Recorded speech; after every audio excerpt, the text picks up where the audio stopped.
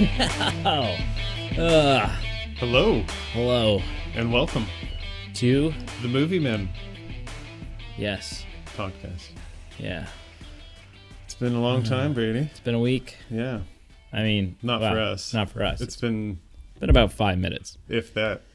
Welcome to another Yeah, episode Out of Time. right. Last week, we talked about Edward Scissorhands, Classic.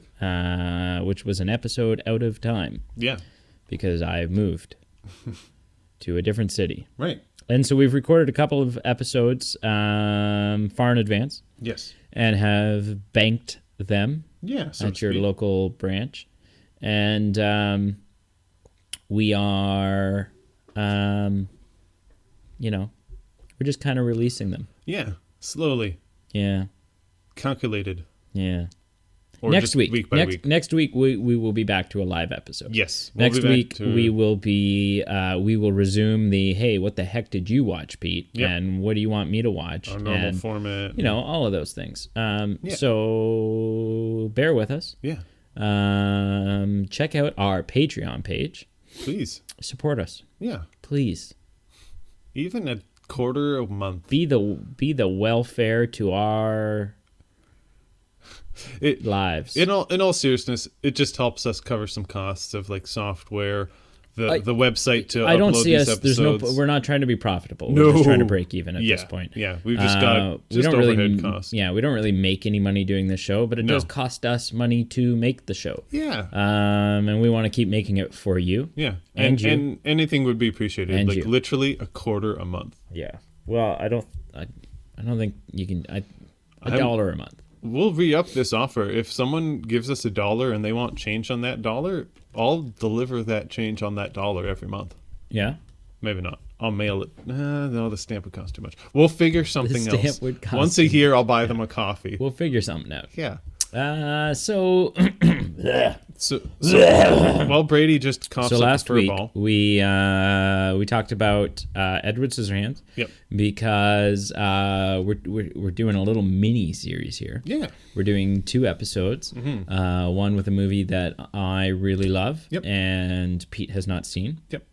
Which was Edward Scissorhands. Correct. And a movie that Pete really loves and I had not seen. Yep. Which is The Prestige. The Prestige. Yes. And so that's what I watched. That is what we watched and what we will talk about today. Yeah. Yeah. Yeah, absolutely. What What an awful... No. Yeah. What did you think? I liked it. There's so many twists in this Yes. movie. So many twists. Right. And I kind of spent the whole movie not knowing really what the hell was going on until right at the end when they explain it to you. Right. Even as I started to figure things out and piece things together, sure. I still didn't have all the pieces. Right. Yeah. Like, I don't think anybody who watched this movie for the first time and figured out or predicted the fact that they're twin brothers Right. is a damn liar. Because there's no tells. There's No, nothing. not There's at no all. way for you to piece that together No. and figure it out. No. What I did piece together and figure out prior to the reveal Sure. was the fact that Hugh Jackman's character is still alive. Right. Yes. Yeah. Because as the film kind of progresses, we reach the point where they reveal that Tesla's machine is making copies. Yes. And so I'm kind of like, oh, that's Yeah. that's fascinating. That's Yeah. interesting. And then the next scene is Christian Bale sitting in his jail cell reading through Hugh Jackman's diary. Right. And he comes to a page at sort of like at the end of the book where Hugh Jackman says to him, Yeah. like now all of a sudden he's talking to I got you. Christian Bale. Yeah, he's Yeah. like, I got you. I got you, fool. You're sitting in a jail cell right now. Right where I You're want about you." to get hung for my death. Yeah. And I'm like, I turned and looked. And he goes like, LOL. Yeah, I turned and looked to the person that I was watching the movie with, and I was like, Yeah. Yeah. still alive. which I mean, for any movie, like that would have been enough of a reveal at the end to be like, wow, this is a but fascinating they just take ride. it further and But then further it goes and further and further and further and and further. And at that point, like I said, I didn't know there was brothers. Okay. And Yep. I still thought, even though I knew that Hugh Jackman's character was still alive, Right. I was under the assumption that, it didn't become, oh, Christian Bale's innocent. It became Right. Christian Bale killed the copy, murders the copy. Sure. Right? And then you find out, well, he didn't even do that. No. He was trying to save him. Yeah. Which is so crazy that you spend most of this movie. Mm-hmm. I spent most of this movie Yep. on Hugh Jackman's side, liking Hugh Jackman's character, Yeah. and thinking that Christian Bale's character was kind of the a-hole. Right. Because that's kind of like you follow most of the movie. It kind of feels like you're following Hugh Jackman, Right. and you're getting duped by, like, the first time you get duped with a Yes. diary, it's by Christian Bale. Yep. And Michael Caine's character is on Hugh Jackman's side. Like, he's kind of, you feel bad for Hugh Jackman because his wife is killed by a screw up, by a stupid decision made by Christian Bale's character. Well, but it wasn't necessarily stupid. It's almost like a miscommunication that one twin didn't tell the other.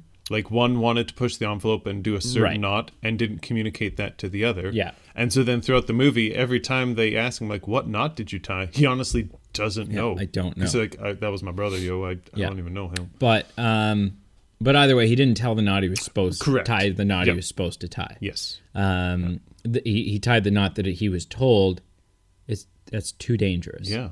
And obviously it was. Yeah. Yeah. So you spend the whole I spent most of the movie really on Hugh Jackman's side. Right. Until right at the end when you realize Hugh Jackman is an asshole. He's very sinister. So, And and all of a sudden now you're like you're feeling horrible about the Yes. one brother that does get hung. great. And about that whole, everything that you thought was bad Right. about Christian Bale. Right. The fact that he was having an affair. Well, he's not having He's an not. affair. No, it was two different people. Two different people who Yeah. love two different women. Correct. He was just so damn dedicated to his craft Right. and to the act, which they even talk about because he points out that this Chinese magician Right. is constantly living the act. Cheng Ling Su, maybe? Yeah, so that he can do the fishbowl thing, Yes. right?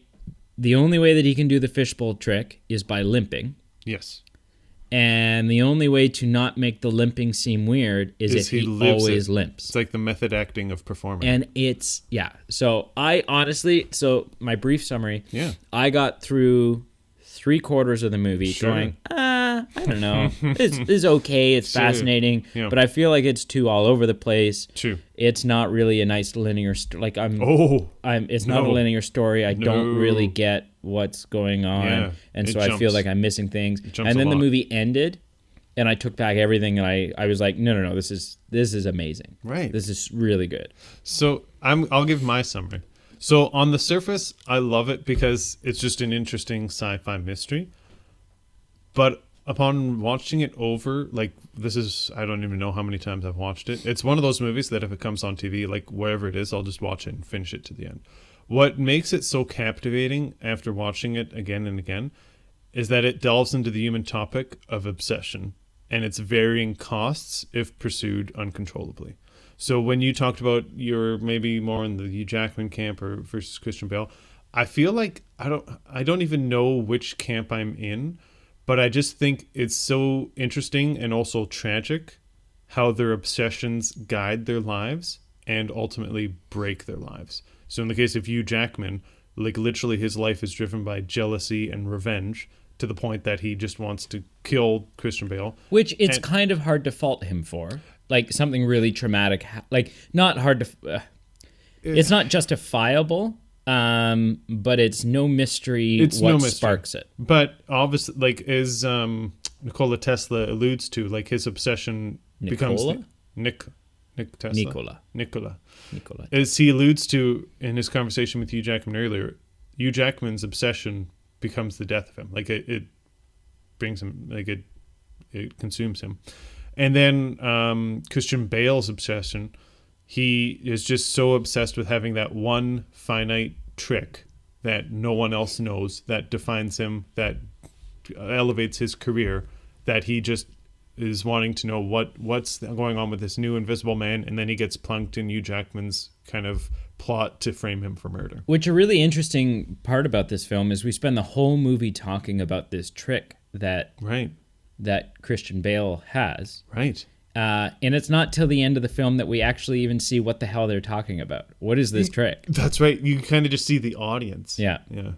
And one more summary thing. It's interesting, but also kind of sad, because, like, Christian Bale asks Hugh Jackman, like, you idiot, like, was it really worth it? And he's like, it was worth the look in the audience's faces. I didn't know every night if I would die or not, but it was worth that look. Yeah. And, well, you're dead now, so I don't know if it was worth it. No, I really enjoyed this movie. Mm-hmm. I am big into illusions and magic. Sure. I've dabbled in some card tricks myself. Right.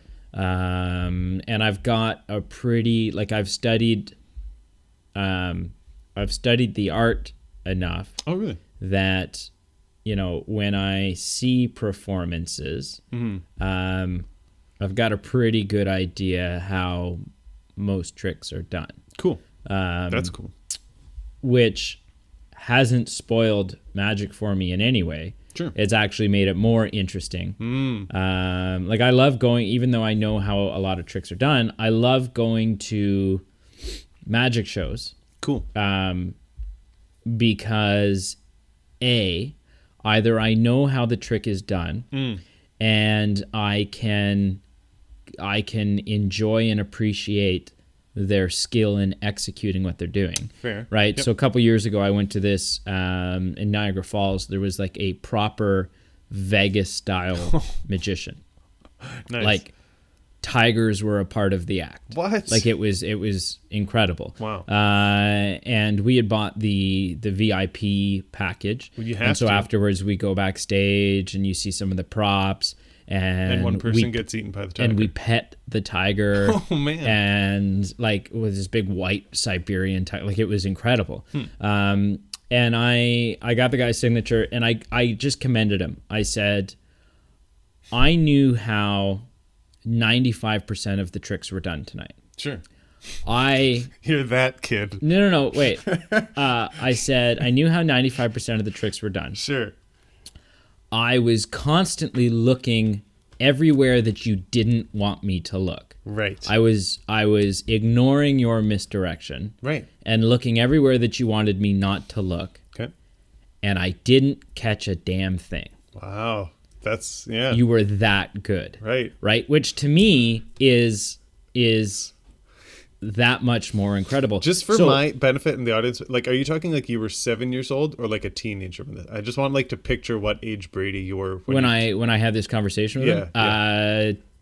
22. Oh, okay. Right. All right. I was an adult. I was picturing like a 7-year-old Brady, no. being like, I watched you and I know how you did everything. Yeah. No. That's still cool. That's cool. And so that, right. Yep. That not only do I get to enjoy seeing someone execute something, even though I know how it's done, I get to see them execute it beautifully. Yep. But on top of that, when you have such an understanding of how all this is done, when they do fool you, right, it is that much more magical. Right. Yeah. It is that much more to have a pretty good understanding of how most of this is done. Right. That moment where you're left sitting in your seat going, how the hell did he do that? Right. That blows me away. Right. I'm going to continue this digression. No, I like it. It's good. So, for example, and the trick that really got me that this guy did, his name was Matt Fruin. And so if you're in Niagara Falls, Canada, check him out. It's like a standing show. Like you can go. It's a Vegas show. Like you're there, you're eating while it's happening. You're in a. It's oh not yeah, just like he's a got a one-time theater. year. It's the Greg Fruin. Oh, like it's Greg Fruin Theater. Cool. Yeah. And the show happens like a couple of times a week. Oh man. So go check it out. check But this the show started out. We were our seat was like sideways to the stage. Sure. Pushed up against the front of the stage. Cool. Like if I didn't have anywhere to put my right arm except for on the stage. Sure. So we're right there. Yep. And it's a Vegas show, so it's very theatrical. Okay. And so the show starts out and there's these dancing, scantily clad girls that come out and they're dancing around. And they've got this big like silk sheet. I would say probably we'll go with like 8 feet tall by 20 feet long or something. And they're kind of dancing around on the stage, and one holds one end of it and the other holds the other end, and they both dance away from each other to pull the sheet taut, right? Okay. And then let go of the sheet.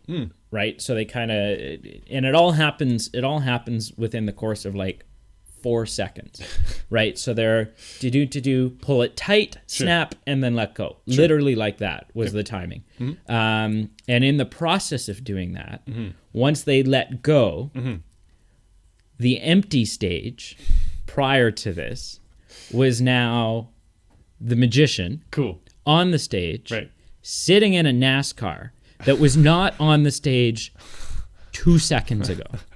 And what's so impressive about this is that we were on the stage after, like we're standing on the stage after the show doing this, and there is no trapdoor on this stage. And not only that, but we are, because of where our seat is, now there's music playing and stuff, but because of where our seat is, we are maybe 15 feet away from where this car appears. So you're really close. There was no noise. There was no driving the car into place noise. There was no the snap of a trap door flinging it up into place. There was no nothing. Sure. And I knew how pretty much everything else was done that night. But then that blew me away. I was like, I do not get what you just did. That is, you need to put your Ouija board away because you are channeling some things that are a little above doubtful. Your, doubtful. But yeah. So back to the film.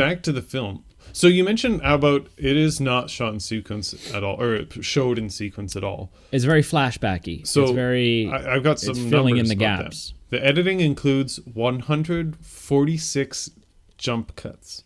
So in that, there's a scene, and either the next shot is a flashback or a skip ahead to another period. Right. So it averages. It's not showing you another angle of the same scene. No, like another time. So this averages to almost one timeline jump per minute of movie. Wow. Did you find that method of storytelling distracting? Or did it need to be that way with what was being told? Robitussin.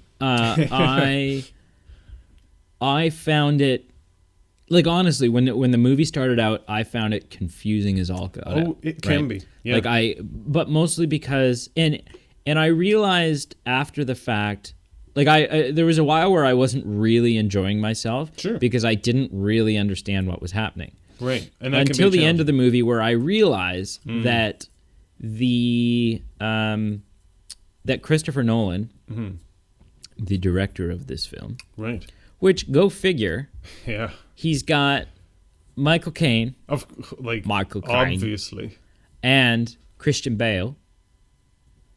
And Christian Bale's character's name is Alfred. Like the whole, it was just a little too Batman-y. Until you reach the end of the film and you realize that state of confusion you were in was right where Christopher Nolan wanted you to be. Right. It wasn't inadvertent. It was on purpose. That it wasn't that, it wasn't like, oh, I just don't really understand what's happening because of poor filmmaking. Sure. It was, this is exactly what, like, nothing was revealed to me before it was supposed to be. No. Right? Right. So The movie itself I mostly just found it, I found it confusing. Right.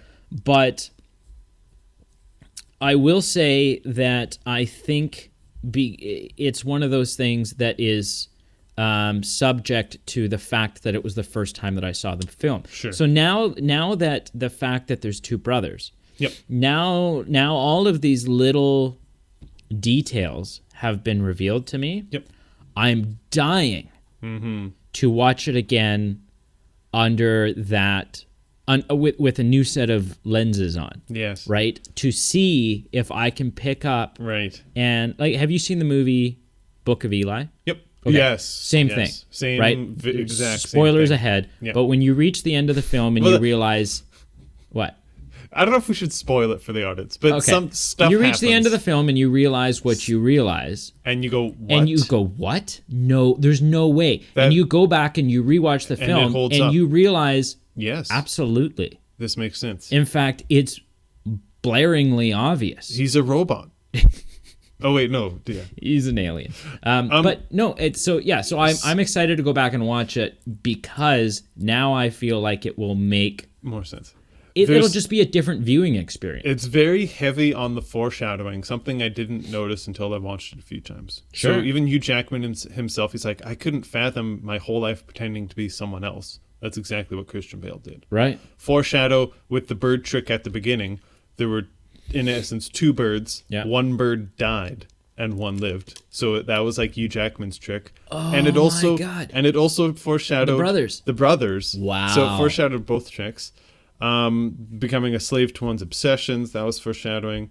And so many times they said they don't care about the man that goes into the box. They care about the man on the other side, which ended up being quite significant. Wow. So there is so much foreshadowing in this film that I'm curious to get your opinion once you watch it a second time. Yeah. This was really early on in Christopher Nolan's kind of filmmaking list. Yeah. What's the date on this? 2006. Bad boy. So Following was his first film, never seen. Memento I've seen. Yeah. Insomnia. Batman Begins in 2005. Then The Prestige in 2006. Oh, okay. So all right. Yeah. So that's interesting. Yeah. That this movie happens partway through The Batman his trilogy. Yeah. And considering, so this movie is, to say star-studded is an understatement. It's got Hugh Jackman, Christian Bale, Hugh Jackman, Hugh Jackman, ScarJo, Scarlett Johansson, right? She's in it. David Bowie. David Bowie's in this? David Bowie is Nikola Tesla. No way. Yeah. Honestly, one of my favorite roles in this movie is David Bowie. He just rocks that role so well. Wow. So well. Absolutely masterful in this role. Can I point out this is the only Scarlett Johansson she's got kind of like a natural raspiness to her voice. Okay. Do you know what I mean? Like it's No. kind of a very unique, Okay. Sure. Sure. If you don't know what I'm saying, I don't know that's what you're next part. Anyways, she's got kind of a natural strained raspiness sound to her voice. Sure. Which seemed to disappear entirely when she was doing a Cockney accent.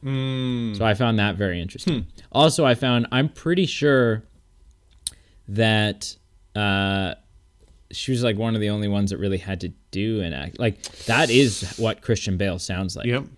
Christian Bale is like when he's just doing an interview, he is hard to understand if you don't, if you're not familiar with the Cockney dialect. I think you're right.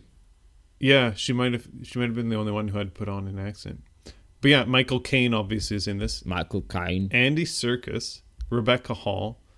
There was quite a few household names in this. There's a great interview with Michael Caine. I bet there's a lot. Where someone's asking Michael Caine, Sure. how do you decide if you're going to do a movie or not? Sure. And he says, well, what I do is I'll take a look at the script I'll take a look at the first page and I'll take a look at the last page. And if I'm not on both pages, then I don't do the script. And it's just like he's at that point in his career where it's like, if I'm not in the movie from the get-go, and if you kill me off at some point, to hell with you, I'm not doing this movie. That's amazing. Both things are amazing. 80% of what's amazing about that is his quote, 20% your accent rocked it. That was Thank great. you. Considering how many stars were in this movie, and it's a relatively mainstream movie, it was actually a really low production value. I bet, well, there's no effects. 40 million. Yeah. But there's a lot of names in here. There is a lot of people got to names. get paid. It was a passion project, man. Yeah, I guess. I don't know. And I mean, it's a lot of names, but it's names early, like with the exception of Michael Caine. They're names that are like earlier off in their career. Hugh Jackman? Hugh Jackman was at this point, like he'd done some X-Men movies, but he wasn't like... Christian Bale's up there. Yeah, I guess. ScarJo is starting to get there. ScarJo, but this would be earlier on in her, you know, because like I just watched another film that she's in. Yeah, a couple of weeks ago I watched Lost in Translation, and she's pretty young in that. Yeah, but this is later on. No, okay. Andy Serkis. Right, Andy Serkis is in this, and Andy Serkis does a great job too, doing his accent. Yeah. Because again, it's you almost, if you were to close your eyes and just hear Andy Serkis talking normally, you'd probably pick out, oh, that's Andy Serkis. Right. He's got a voice that you recognize. Right. But when he was doing the accent, I bet you could do the same experiment and not realize that was Andy Serkis. Right. Of all the actors, I feel like David Bowie is my favorite because it's so unique to have him portraying a role. I need to look that up. So apparently he declined the role initially, and Christopher Nolan flew out to him to personally ask him to come in, because Christopher Nolan imagined this role specifically for him. Okay. And he wanted David Bowie's larger-than-life persona to play Tesla, who was going to make an unbelievable teleportation device. It doesn't look anything like him to me. It's David Bowie. No, I get that it is. Yeah. But I think it's the mustache. Oh, I see. It's the mustache, and it's the, like, it just doesn't look like David Bowie. Right. Because, I mean, and, you know, in my mind, my image of David Bowie is bright orange hair and makeup on his face. And, you know. Fair. It's a younger, crazier David Bowie. Right. Not with an accent. But that's that's very impressive to me. Yeah. Wow. Yeah. I never would have realized that was him. Right. That's awesome. Yeah. So, this is a Nolan film, so I'm assuming Zimmer scored it? That's a really good question. I don't actually know the answer to that. Hans. Let's take a look. Hans Zimmer. Huh, I don't think so. No? It says music by David Julian. Oh, okay. So Not that's even, surprising. And it's the wrong David. They couldn't even get Bowie to see, that would have been the way. Hey, Boaster, come. So I'm looking. So this guy looks like he did the music for a lot of the earlier Christopher Nolan movies, like Memento and Insomnia. Okay. Maybe before Christopher Nolan was at the level of enlisting someone like a Hans Zimmer. Yeah. So I was looking, which also would have, I'm guessing, would have brought the budget way up. Oh yeah, to have Hans Zimmer score it. And so apparently, whoever the author of the book that this is based off of wanted the director from American Beauty, which just raked at the nominations when it was released at the time. He wanted that director to do this movie, but then he went and opted for a lesser-known guy named Christopher Nolan. So he went for him because he was less mainstream. I think it's Sam Mendes, I believe. Okay. But yeah, he wanted director Christopher Nolan just because he had never heard of him, and he wanted someone that kind of brought something new to the table. I got a couple questions for you. Okay, some trivia. Yeah. This one, it's another multiple choice one. Okay. 6 of this movie stars played roles in several comic book movies. Can you name the actors and which comic book role they partook in? Okay, or they say portrayed? That again. So 6 actors in this movie were in different movies about comic book characters. Okay. Name the actor and the character. All right. So there's a few real low. There's a lot of low hanging fruit. All right. Here we go. Some of it ready? gets Are you out ready? there. Are I'm you so ready? ready. 6 of them. 6. And how many am I naming? 6. Yeah. Okay. Well, Christopher Bale played Batman, or 1. Bruce Wayne. 1. Michael Caine played Alfred Pennyworth. 2.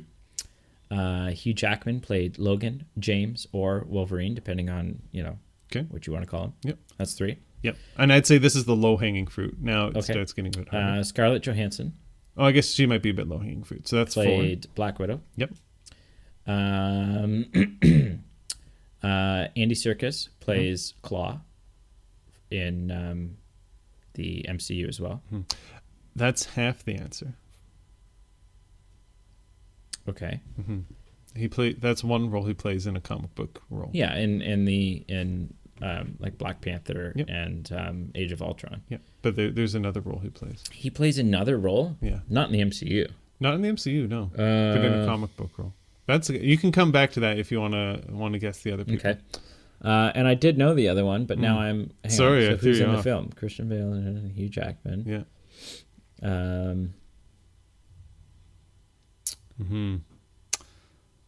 Sorry, I stumped you. I should have just let you kept talking.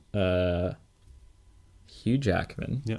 Who I did. Christian Bale. Michael Caine. It's another MCUer. Scarlett Johansson. Who am I missing that's in this film? That's a good question. Do you want me to give you a hint? Um. It's a female. She's in an MCU role. Who is it? Rebecca Hall appeared as Maya Hansen in Iron Man 3. Oh, okay. Yeah, I don't know. But Andy Serkis also plays Captain Haddock in The Adventures of Tintin. So that's why I wanted both. Okay. I come wanted on. That's both. based on a comic book? That is so based on a comic book. What rock have you lived under? The rock where Tintin only existed in French class. That is a sad, sad rock. It is a sad rock. Okay, second question.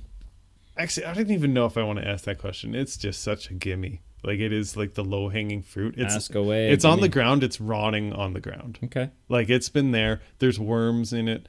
Like, the dog won't even eat it. All right. Yeah. So, all right. Well, here you go, kids. Here's your question.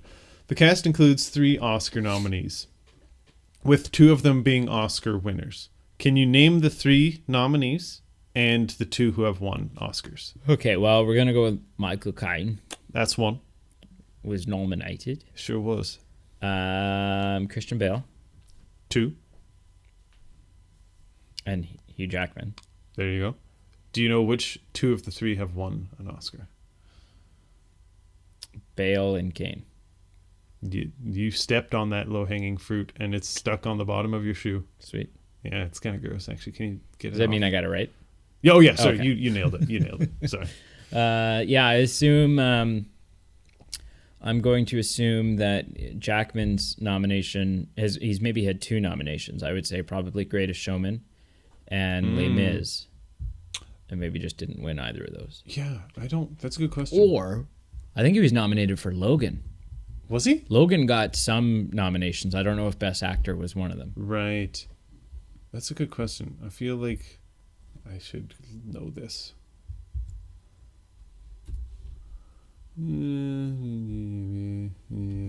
Not important. Oh, okay. Well, it's fine. That's it. That's your trivia. That's it. Sorry. Wow. It was kind of a weak for trivia. It was. Anything else about the movie? I don't know. I'm trying to think. You know, it was a good insight to like. When does this take place? It's like late 1800s. Yeah, probably like turn of the century. Yeah. Yeah. And so it's some of the things that I found fascinating were some of the tricks that would never fly by today's standards. Right? The fact that there's a trick where every night a bird gets killed would not survive Yeah. in some today's. societal norms have changed, and it's for the better. Yeah. What the hell was happening with, like, what is this electricity that's not electrocuting anybody? Yeah, I found that kind of I was skeptical of that being able to exist, like how they were able to just have stray electricity just like shooting around and not actually harming anyone. Yeah. Wasn't really sure. I wish I knew more about Nikola Tesla, because I did a bit of reading, and by that I mean like 10 minutes on Wikipedia on him, and it seems like maybe there's an ounce of truth to what is portrayed in this movie, and that like he was in Colorado and he was doing some experiments. So I'm just more curious about the history of him. We hear a lot about, but we never see Edison Yeah. show up. And it was interesting because there's in the magician world in this movie, the magicians would go to each other's shows and either glean what they could from it, like, oh yeah, let's take this, or in some cases sabotage it. Right. And the same thing happened in the inventors world. Like they would be at the World's Fair and someone would be like, this thing's gonna blow, let's get out of here. Or Edison's team coming and like destroying his workshop. So, which sometimes you got to do. Humans being humans. Yeah. Jerking being jerks. Yeah. Can I just have you? I want you to read what I have in quotes in your Michael Caine accent.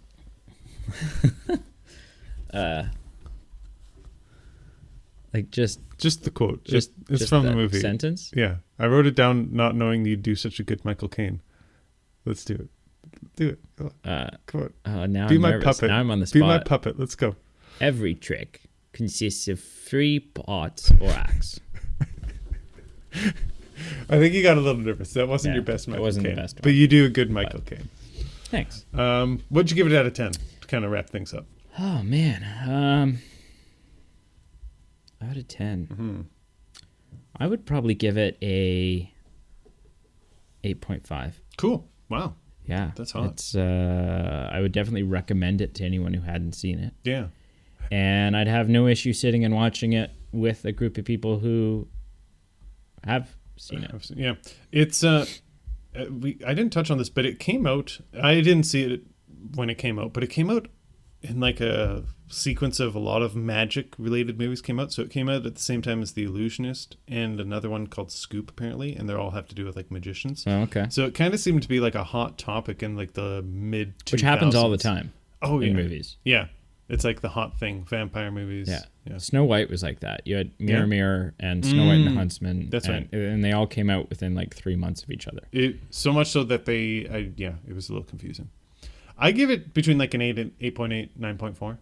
So pretty strong. Definitely worth the price of admission. Cool. Yeah. All right. I guess, now you just have to wind things up. Yeah. And do a shout out. I don't have one planned. Do you have a shout out planned? Plan one right now. Make it happen, Pete. Do your job. I literally, it's so hard. Well, Brady thinks of a shout out. I'm going to thank everyone for listening. Follow us on Facebook. Check us out on Podbean. Set up an account. Follow us on there. You can listen to this episode and past episodes. We appreciate your support. And Brady, who's your shout out? My shout out is RJ Taylor. I just met him. He's a classy dude. He's a sweet guy. Yeah. He brought me diesel. Yeah, when you were in need. When I was in need of diesel, he was there. Yeah. I'm sure he has other talents and qualities too. But yeah, well. But okay. Okay. Well, next week, as previously mentioned, we will be back. Get on Facebook. Yep.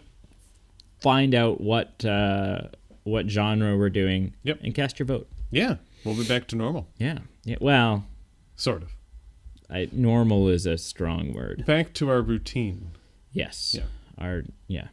Okay. Well, thanks for listening. I love you all so very much. So deeply. That's weird.